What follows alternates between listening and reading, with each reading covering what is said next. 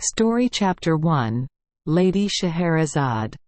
History books of the time of Sassanids, the time of the ancient Persian kings. The country had borders extending to India and large and small dependent islands, stretching out to the other side of the Ganges River and the vast land in the vastness of China. It is recorded that once upon a time there was a king of that powerful country, famous for being a wise and virtuous monarch. This king was not only revered and loved by his subjects because of his talent and prudence, but also feared by neighboring countries because of his reputation for having a skilled and disciplined army. The king has two princes. His prince, named Shahryar, has all the same qualities as his father and is worthy of being the successor to the throne. Your prince, Scheherazade, is no worse than me in every aspect. After a long reign of glory and prosperity, his old and weak father passed away. Shahryar, the prince, ascended the throne.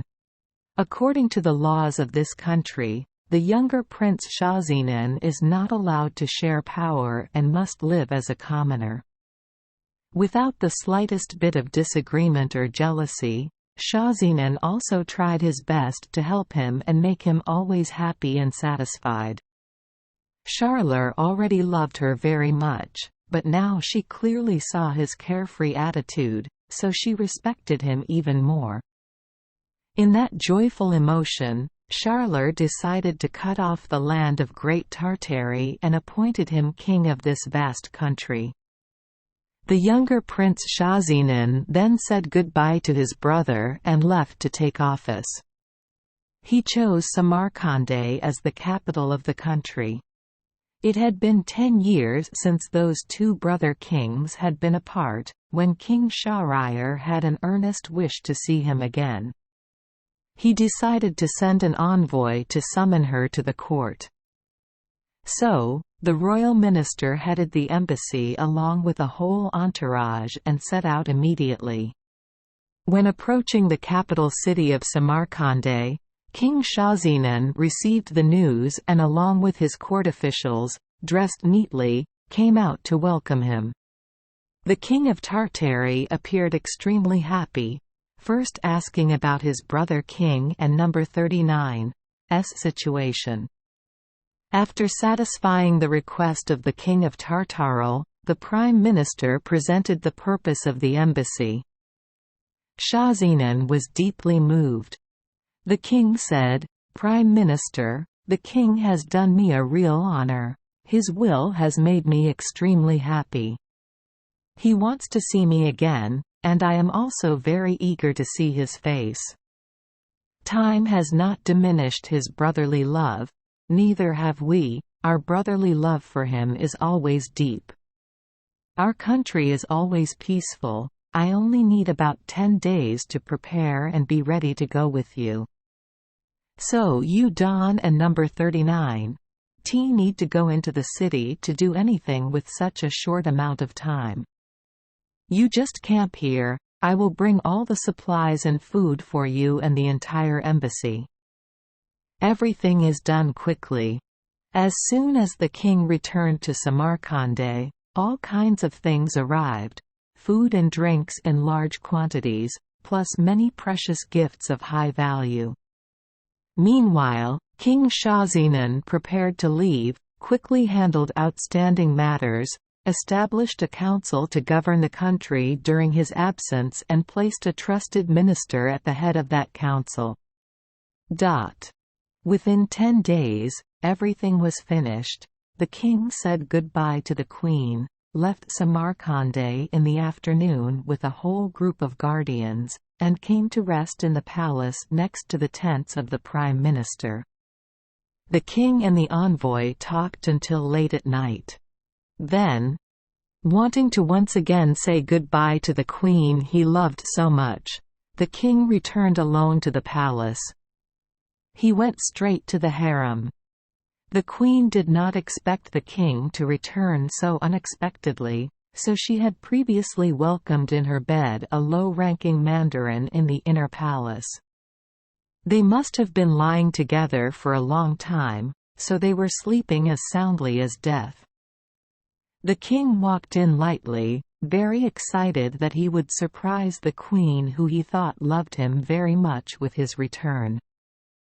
But to his great surprise, when under the light of torches that never went out in the dark night in the houses of princes and princesses, the king saw a man nestled in the Queen and No. 39's arms.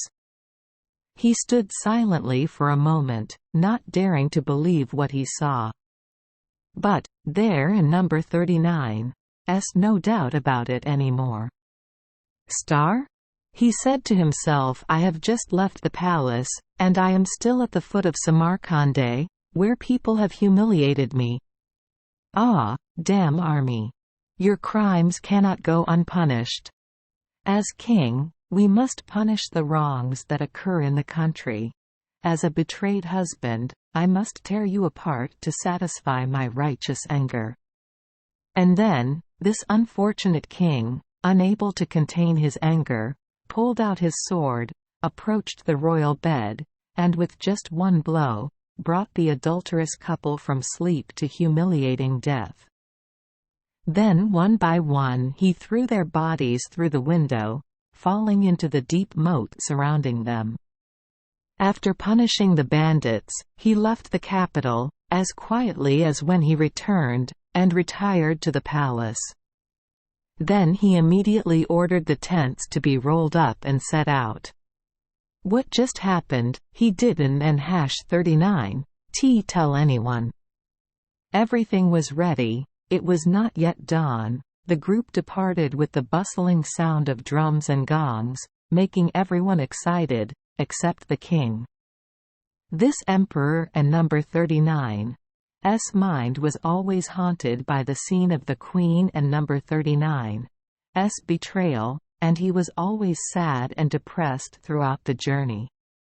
When approaching the Indian capital, the king saw Emperor Shahryar himself and his court coming to welcome him.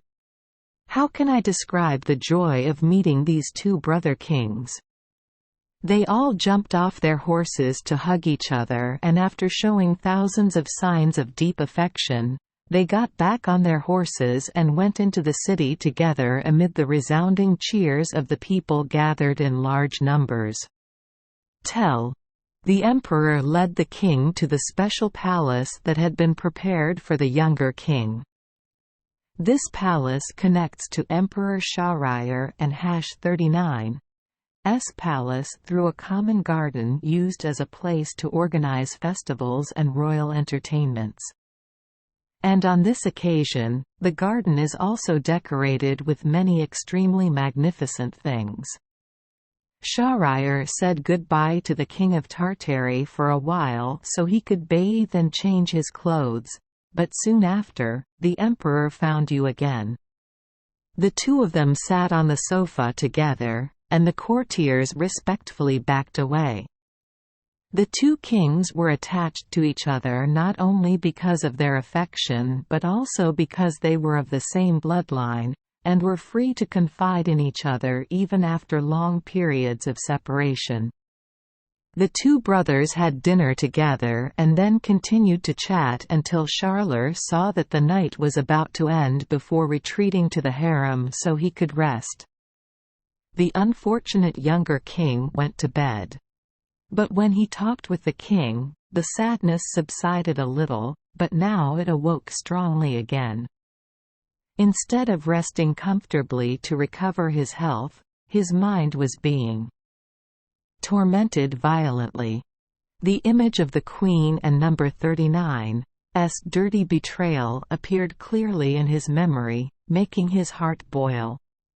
Then, unable to sleep, he sat up, immersed in sad thoughts. His gloomy expression was clearly visible on his face, causing his brother to notice that he had to wonder, and quote, "What a No. 39's wrong with the king of Tartary? Who made him sad? Did I welcome him, and quote, not thoughtful? No, I considered him a younger brother whom I loved very much.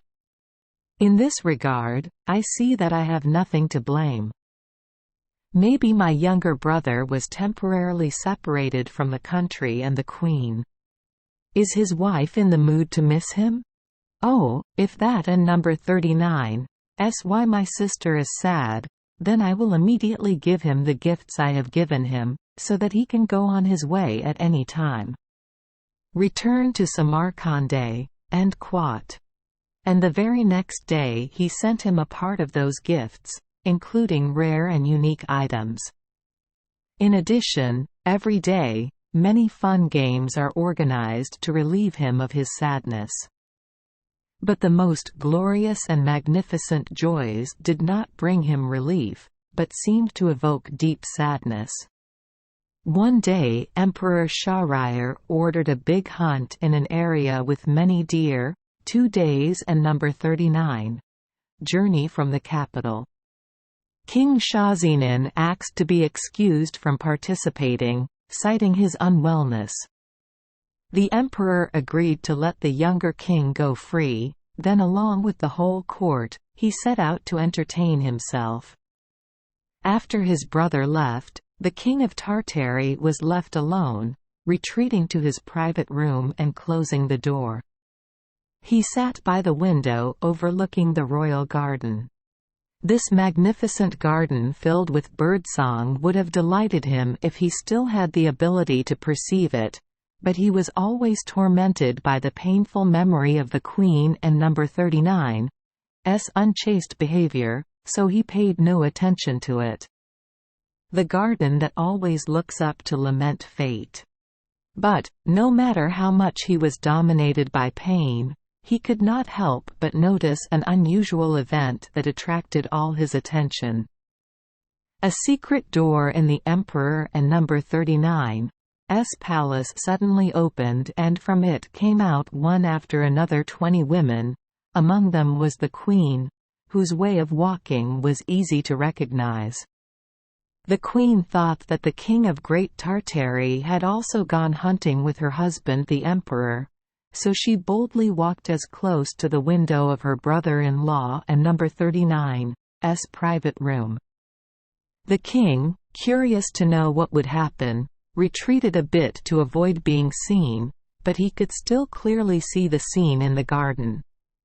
He noticed that the people accompanying the Queen began to remove the veils that had until then covered their faces and also took off their long robes to cover their short clothes.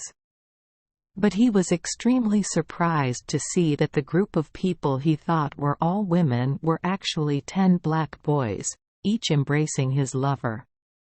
As for the Queen, she didn't and #39 want to wait too long, so she clapped her hands and called out loudly, and quote, Masood, Masood, and quote. And immediately another black man dropped from a tall tree and rushed to her. Embarrassment does not allow us to recount everything that happened between these women and black men. Those are insignificant details. Just know that Shahzinan, his eyes saw what happened. Realized that his brother the Emperor was as unfortunate as himself. The orgy of this group of lustful people lasted until midnight. They all jumped into the large, very clean lake in the royal garden to bathe, then put on their clothes and disappeared behind the secret door of the palace. As for Masood, who climbed over the wall to get into the garden from outside, he came out the same way. Because all of the above scenes took place before the eyes of the King of Great Tartary, they made him think a lot. And quote, I am so imprudent, he said to himself, I thought I was extremely unhappy.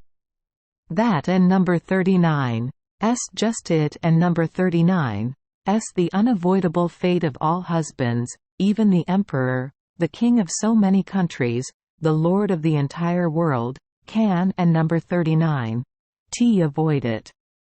Since it and number 39's fate, what and number 39's the point? Am I too weak and languishing in sorrow and sadness? That and number 39's it.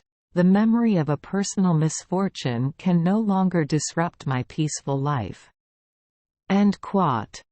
Indeed, from that moment on, he no longer felt too much pain or sorrow. He would not have cared to eat or drink if he could not see everything that happened under his window. At this time, he wanted to eat and ate more deliciously than since the day he left Samarkand, and he also enjoyed listening to the melodious music and lyrics that accompanied his meal. The following days, he was completely calm, and when he learned that the emperor had returned from hunting, he went to happily congratulate him. At first, Shahryar did not pay any attention to this change, but only complained that his king had missed the interesting hunt and did not give him time to explain, boasting that he had hunted a large number of deer and other animals along with the enjoyment enjoyed in the hunt. Shahzinan listened attentively and then began to speak. Because he no longer had the haunting sadness that had dulled his sharp intelligence, he spoke briskly and full of irony. Knowing that his brother was still as gloomy as when he said goodbye to go hunting, the emperor was extremely pleased to see him so happy. He said, "Dear, I thank heaven and earth for making you change for good while I was not at home. I and number 39 am really happy, but I have a request for you that I hope you will grant." "Can you refuse me anything?" The king of Tartary replied with this: "Shahzinan, you have enough power. Tell me, I and number 39 am anxious to know what you want me to do." End quote. "Since you came to my court," end quote, said Shahryar, end quote, "I have seen that you have always been melancholy, which I have tried to dispel with so many amusements." End quote. "I thought your sadness was due to being away from home and country. I also think love accounts for the majority. The Queen of Samarkand that you have chosen must have a stunning beauty, perhaps that is the reason. I Don and number 39 know if I was wrong in my assumption, but I have to admit that and number 39 why I didn't and #39 want to ask for fear of displeasing you. Yet, without any effort to take care of you, when I returned I found you the happiest in the world and your spirit seemed to have been freed from all the worries that had tainted your cheerfulness. Please tell me clearly why you are no longer sad or sad?" Hearing his brother say that, the king of Great Tartary was silent for a moment as if thinking about his answer. Then he said, "You are the emperor and also my master. Please excuse me from having to comply with your demands, I beg you." "No, my brother," said the emperor, "you must please me. I wish so, Don and number 39 deny me any more." Shahzinan could not resist Shahryar and #39's questioning, so he said, "So, my brother? Since you gave the order, I have to do as you wish." Then he recounted the betrayal and infidelity of Queen Samarkand. After telling the story, he said, "That is the cause of your sadness. Was I wrong to let that sadness control me? Oh, my sister?" the emperor exclaimed in a voice tinged with sympathy for the sadness and anger of the king of Tartary. "How terrible is the story you just told me. How patient do we have to be to hear the end of the story? I commend you for properly punishing those traitors who offended you so severely. No one can blame that action, you acted fairly. As for me, to be honest, if I were in your position, I probably wouldn't and #39 be so moderate. Cutting the life of just one woman is not enough for me. I think thousands of people might lose their heads in my anger. I am not surprised at your sadness. The cause was so bitter and humiliating that it could end and #39 have made my brother depressed. God! What a lot of extremes. No, I believe that could never happen to anyone else like it happened to you. But I must also thank God for giving you the consolation that I believe is well-founded. Then please let me know, please share your thoughts with me. Schahlenan found it extremely difficult to respond to this rather than what was said about himself because it involved his brother, but had to give in because of his urgent words. I submit, he said, because I was determined to know the reason. I, in number 39, am afraid that my submission will cause you more trouble than I had to endure before. But I can only blame myself because I forced you to reveal something that you wanted to bury in oblivion forever. What you said, Schahriar interrupted her, makes me even more eager to know. Quickly reveal that secret curtain to me, whatever you want. The king of Tartary had no more ground to retreat, so he had to tell everything he saw about the disguises of the black men, about the fornication of the queen and her maids, and he did not forget to mention the name Masud. After witnessing all those ugly and dirty scenes, he continued, I think all women are like that. It is difficult for them to resist desire. I felt like I was awakened and realized that for a man, it would be too weak to let my peace depend on their loyalty. This thought brought me to many other thoughts, and finally, I see that there is nothing better than comforting yourself. It was really difficult, but I succeeded. If you believe me, then do the same as me. Although that advice was wise and correct, the emperor could not accept it and got angry. What? He shouted, the chief queen of the vast country of India is depraved to such a disgraceful level? No, my dear, he added, I could n and believe what you said if I had n and seen it with my own eyes. I must have seen it wrong. The matter is serious enough for us to confirm for ourselves. Brother, said Schahzenan, if you want to see it and number 39's not too difficult. You just need to organize a new hunt.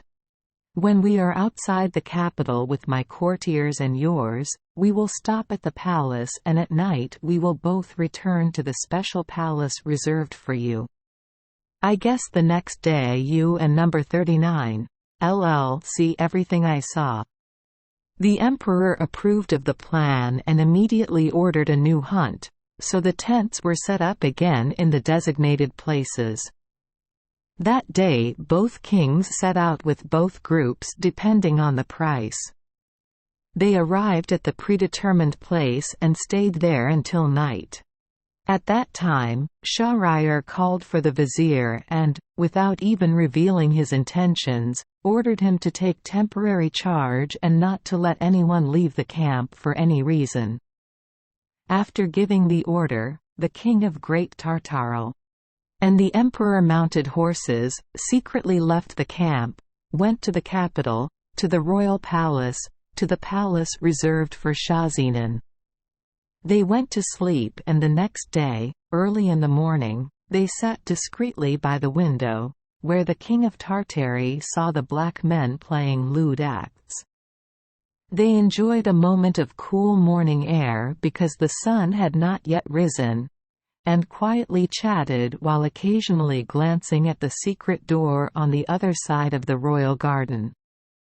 At last the door opened and the same thing happened. The queen appeared with her maids and 10 disguised negroes.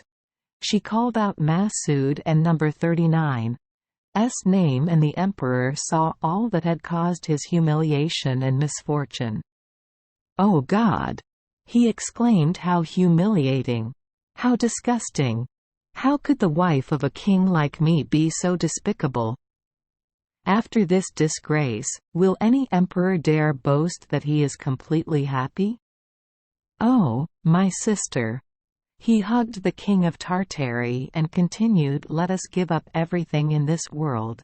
Our goodwill is gone. flattery goes hand in hand with treachery. Let and number 39 give up all the land, rivers and mountains and all the pomp and splendor that surrounds us.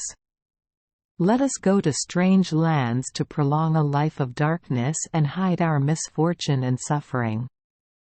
Schahzenan did not agree with that decision, but he did not dare to fight because he saw that his brother was still in boiling anger.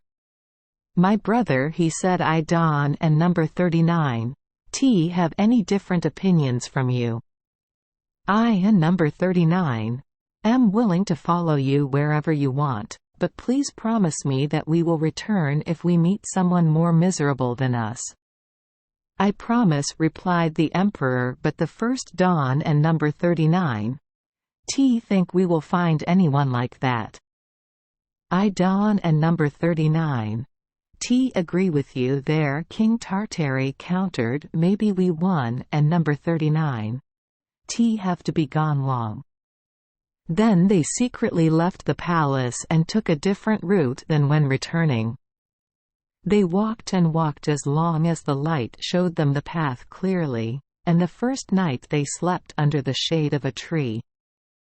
Getting up early in the morning, they continued walking until they reached a green grassy area on the beach, where at intervals there were large trees with dense branches and leaves.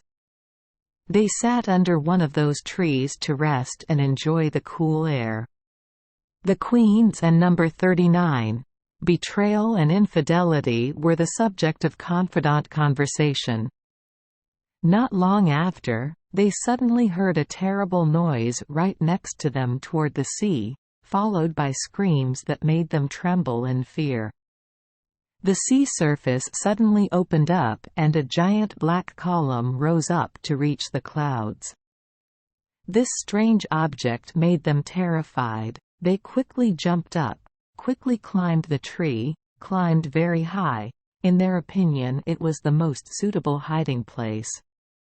Having just finished ascending, they looked back to the place where the noise that made the sea surface seemed to open up and saw a black pillar slowly parting the water towards the shore. At first they could and 39 tell what it was, but soon they saw it clearly. It is one of the cruel evil spirits, mortal enemies of humanity.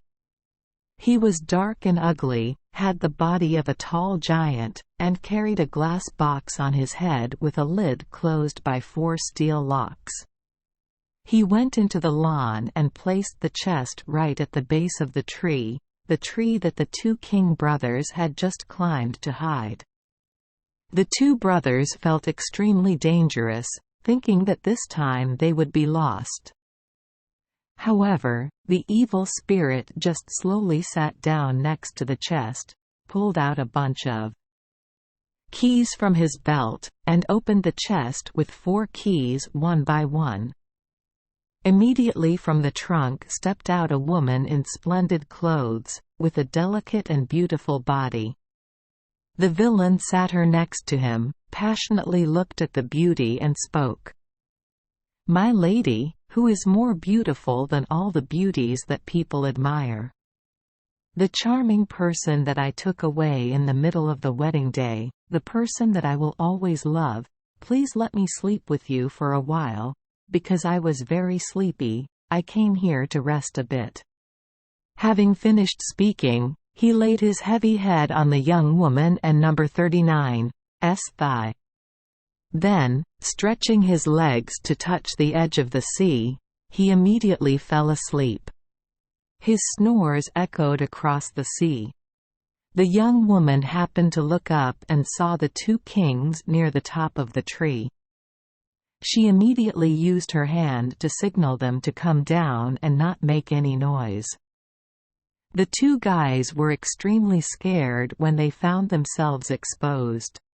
Also with hand signals, they excused themselves from having to climb down. But she, after gently lifting the head of the villain on her lap to the ground, stood up and quietly told them in a lively voice, "Come down. You guys must come down here with me. The two brothers tried their best to make her understand, also through their gestures, that they were very afraid of the villain. "Come on down." Still in a soft and enthusiastic voice, she said, as if giving orders. "If you Don and number 39 T listen to me right away, I will wake him up and tell him to kill you myself." Those words made the two kings scared, so they quickly but very carefully climbed down to avoid waking up the evil man. Once they were on the ground, the young woman grabbed their hands and pulled them away, and when they were a little further away, under the trees, she brazenly forced them to take turns pampering her. At first, the two refused, but they were forced and threatened, so they had to comply. After being satisfied as she wanted, seeing that all the guys had a ring on their finger, she demanded it. Once she had the two rings in her hand, she took out a box from the jewelry bag, pulled out a string that tied other rings of all kinds and styles, showed them to the two of them and asked, "Guys, do you know what these rings mean?" "No," they replied, "but surely you will let us know." "Those are the rings of all the men I and number 39 they had sex with," she said calmly. "There are 98 carefully counted rings that I keep as souvenirs. I asked for the rings from both of you with the same intention and to make it 100.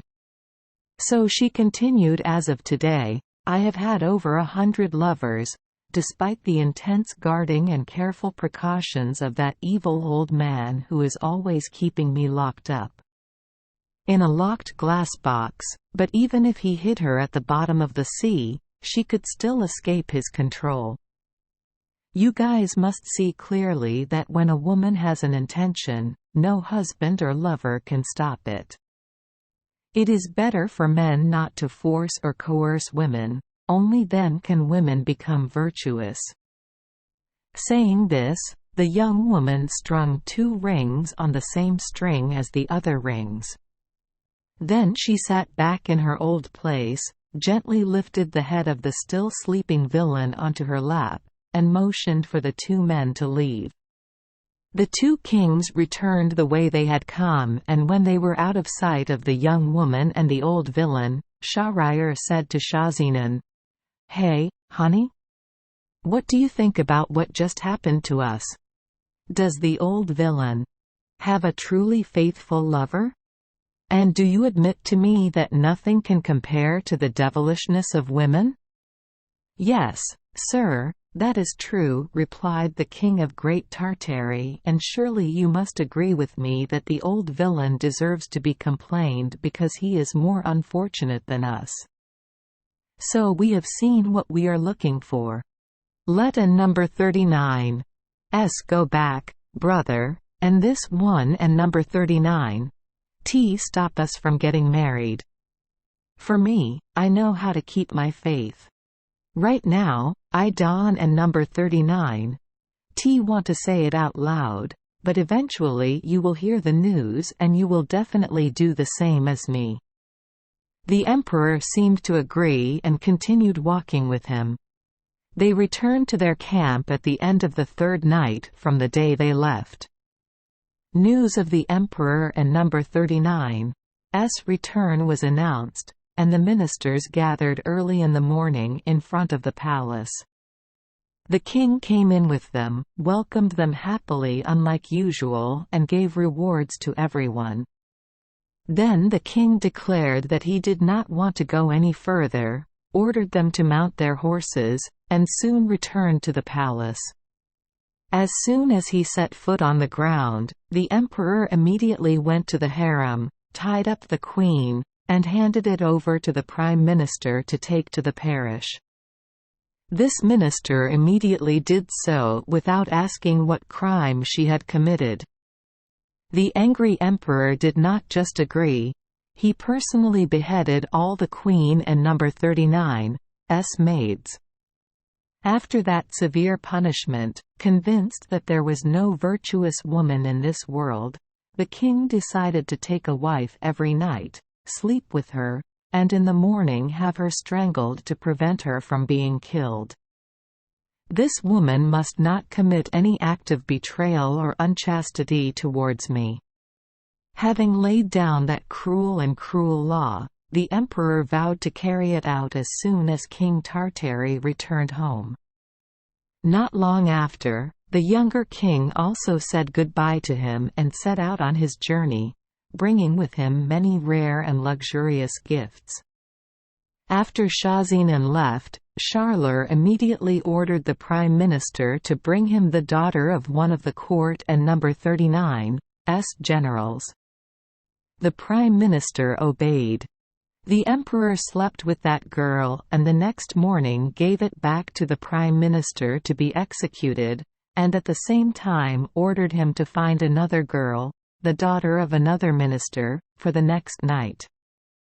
No matter how dissatisfied and miserable he was when having to carry out such orders, the prime minister still had to close his eyes and obey.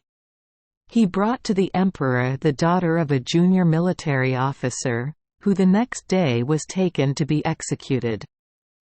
After this girl came the turn of the daughter of a rich man in the capital, and so every day a virgin got married and a wife went to the other world. Rumors of that unprecedented brutal act caused panic throughout the capital. Screams and cries echoed everywhere. Here was a father filled with tears and despair over the loss of his beloved daughter. Over there are gentle mothers, moaning pitifully, afraid that their daughters will also fall into such a tragic fate. Therefore, instead of the praise and blessings that the emperor has often received up to now, there are complaints from all people. The vizier, we know, against his will, had to execute a terribly unjust order. He also had two daughters, the older one, Scheherazade, and the younger, Dinarzade. Her younger sister and No. 39's talent is not inferior to her older sister and No. 39's, but her older sister and No. 39's courage surpasses everyone else and No. 39's, and her intelligence is extremely sharp. She reads a lot and has a strange memory. Everything you read is engraved in your mind. She is especially gifted in the fields of philosophy, medicine, history and fine arts. She writes more soulful poetry than even famous contemporary poets. In addition, she also has a splendid beauty and a virtuous virtue that covers all those talents. The Prime Minister loved the girl very much, who truly deserved his noble feelings. One day, during a conversation between father and daughter, she said, "Father, I have something to ask. I earnestly hope to receive your permission." "I never refuse you anything," he said, "as long as what you ask for is just and reasonable." "It is just, Scheherazade," replied father. "There is nothing more just." "Father, you can examine the reason why he forced me to beg you. My intention is to stop the Emperor and No. 39's barbaric behavior towards the families in this capital. I want to relieve the legitimate fear that many mothers are suffering from losing their daughters tragically. My daughter, your intention is extremely commendable," said the Prime Minister, "but the disaster you want to resolve, I see that it may be impossible, my child. How do you plan to get it done?" Father Scheherazade said, "Since through your arrangement the Emperor makes a new marriage every day, I beg you, with your love for your daughter, please give her the honor of serving her." The king. The Prime Minister could not stop his horror when he heard his daughter and No. 39's above words. "Oh my God?" He angrily interrupted me. "Are you crazy or something? How could you ask me for such a foolish and dangerous thing?" Surely you also know that the king has sworn to only have sex for one night with only one woman and then kill him the next day, but you still ask me to let you be his wife? Do you think where your impulsiveness will take you?" "Yes, father," replied the virtuous girl, "I know all the dangers I am venturing into, but I am not afraid. If you die, it will be a glorious death, and if you succeed, you will have served your country an important merit." "No," said the Prime Minister, "even if you try your best to convince me to soften my heart and allow you to participate in this terrible danger, Don and number 39, think that I agree. When the Emperor ordered me to plunge a sharp knife into your heart, alas! Surely I must obey. How painful is the work of a father! Oh! If you are not afraid of death at all, then at least spare me the heart-wrenching pain of seeing my hands stained with the blood of my beloved daughter." Once again, Father Scheherazade said, "Please grant me your grace." Finally, the father, faced with his daughter and number 39's determination, had to give in to her earnest pleas. And deeply saddened because he could not make his daughter give up a disastrous decision, he went to see Shahryar and told the king that the next night he would bring Lady Scheherazade, his daughter. The emperor was extremely surprised at the sacrifice of his close minister. He said, "How could you decide to bring your own daughter to me?" "Your Majesty," the Prime Minister replied, "my daughter herself volunteered. The tragic fate that awaited her did not make her afraid, but only wanted the honor of having one night as the wife of the Supreme Being." "But, Prime Minister, I hope you are not mistaken," said the Emperor, "that tomorrow morning, when I return Scheherazade into your hands, I want you to kill her. If you do anything wrong, I swear I will execute you myself." "Your Majesty," the Prime Minister said again, "my heart is certainly in infinite pain when I have to obey the king and number 39's orders. Even so, this loyalty to him remains unwavering." Shahryar accepted the vizier and number 39's offering and told him to bring his daughter whenever he wanted. This mandarin brought the news back to Scheherazade. She happily accepted it as the happiest thing in her life. She thanked her father for loving her with all his heart. When she saw her father suffering, she said to comfort her father that he would not regret marrying her. For the emperor, on the contrary, he can enjoy it for the rest of his life. She only thought about preparing carefully to appear before the king. But before leaving home to enter the palace, she called Dinarzade aside and said to her sister, "My dear, I need your help in an extremely important matter. I beg you, please do not refuse. Our father is about to take you to the palace to be the king and number 39's wife. I hope this news doesn't and #39 scare you. Please listen to what I have to say. When I enter the palace, in front of the emperor, I will ask him to let me also enter the palace and stay in the same room so that we can reunite one last night together. If I receive such grace as you desire, I will remember to wake you up when there is only an hour left until dawn and say to you like this, and quote, 'My sister, if you dawn and number 39's sleep and quote. I beg you, while waiting for the sun to rise, which one and number 39's belong now, please tell me one of the really good stories you know. And quote. Then I will tell you a story.' And she believes that in this way she will free the entire people from the current terrible situation." Dinarzade replied that she would gladly do whatever her sister asks. Finally, bedtime has come. The Prime Minister took Scheherazade to the palace and withdrew immediately after leading her to her room. When the king saw that he was alone with her, he told her to take off her veil. The king was stunned and captivated to see that she was indeed a bird falling in love with a fish, but seeing that she was full of tears, he asked the reason. "Your Majesty," Scheherazade said, "I have a younger sister whom I love very much and whom I love just as much. I wish that my sister could also spend the night in this room so that we can see each other and so that I can say goodbye to you once more.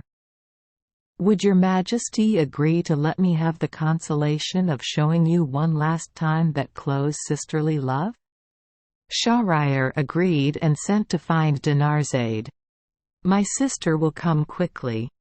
The emperor and Scheherazade slept on a very high pedestal in the manner of Eastern kings. Dinarzade was lying on a bed placed low next to the pedestal.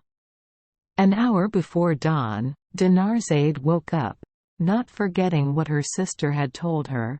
"My dear sister," she cried softly, "if you can no longer sleep, I beg you, while waiting for the soon-to-be sun, it will appear in a moment, tell me one of the really good stories you know. Alas! Maybe this will be the last time I have that joy." Scheherazade, instead of answering her sister, said to the emperor, "Your Majesty, will your Majesty please allow me to satisfy my sister and number 39's request?" "I am pleased," the emperor replied. Then Scheherazade told his sister to listen and returned to Shahryar, who began the story as follows. Thank you for joining us for today's fairy tale. We hope these stories bring joy and meaning to your day. If you love our channel, please hit the subscribe button so you won't miss any exciting tales. Wishing you a good night and sweet dreams. See you in the next story.